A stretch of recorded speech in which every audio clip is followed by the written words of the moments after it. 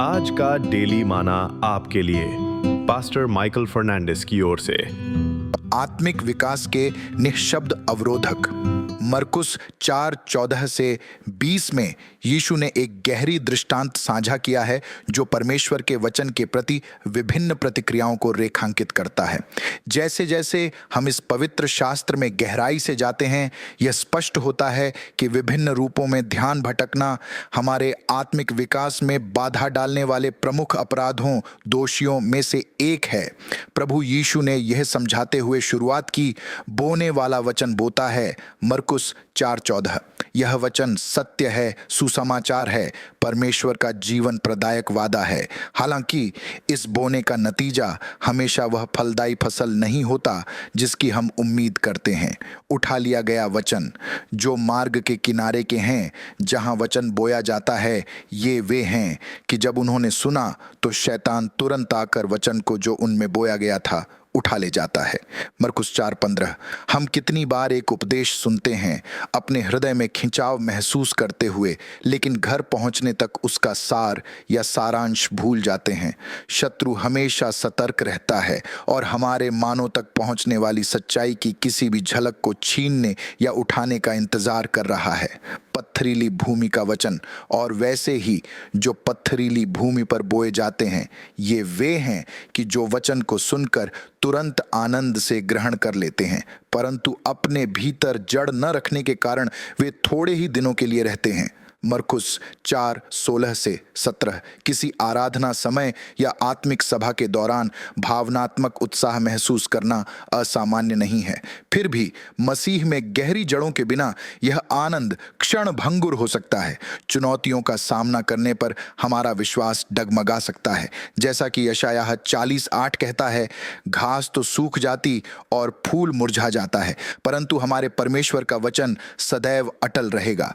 एक विश्वास जो दृढ़ रहता है वह यह है जो परमेश्वर के अनंत काल के वचन में गहराई से निहित है। झाड़ियों में बोए गए वचन, यहीं पर ध्यान भटकने वाली बातें अपनी सबसे चालाक भूमिका निभाती हैं, और संसार की चिंता और धन का धोखा और वस्तुओं का लोभ उनमें समाकर वचन को दबा देता है और वह निष्फल रह जाता है। मरकुस 4:19। ध्यान भटकना हमेशा भव्य या स्पष्ट नहीं होते। वे इस संसार की चिंता या धन का धोखा जितनी सूक्ष्म हो सकती हैं। यह परमेश्वर की अंगीकार के बजाय सांसारिक मान्यताओं की निःशब्द खोज हो सकती है।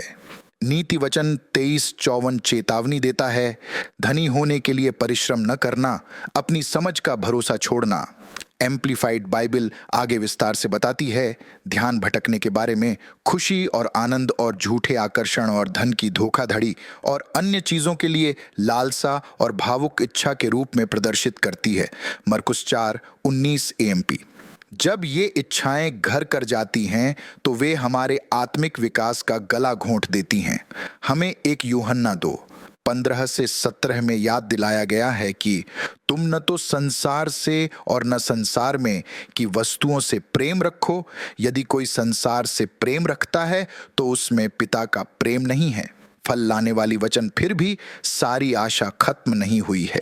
यीशु उन लोगों के बारे में बात करते हैं जो अच्छी भूमि में बोए गए, ये वे हैं जो वचन सुनकर ग्रहण करते और फल लाते हैं, कोई 30 गुना, कोई 60 गुना और कोई 100 गुना।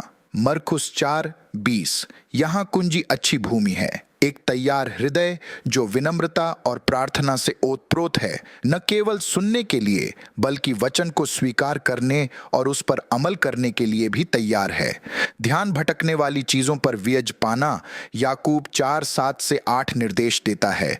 इसलिए परमेश्वर के अधीन हो जाओ और शैतान का सामना करो तो वह तुम्हारे पास से भाग निकलेगा। परमेश्वर के निकट आओ तो वह भी तुम्हारे निकट आएगा। यह विश्वास के प्रति एक सक्रिय दृष्टिकोण है।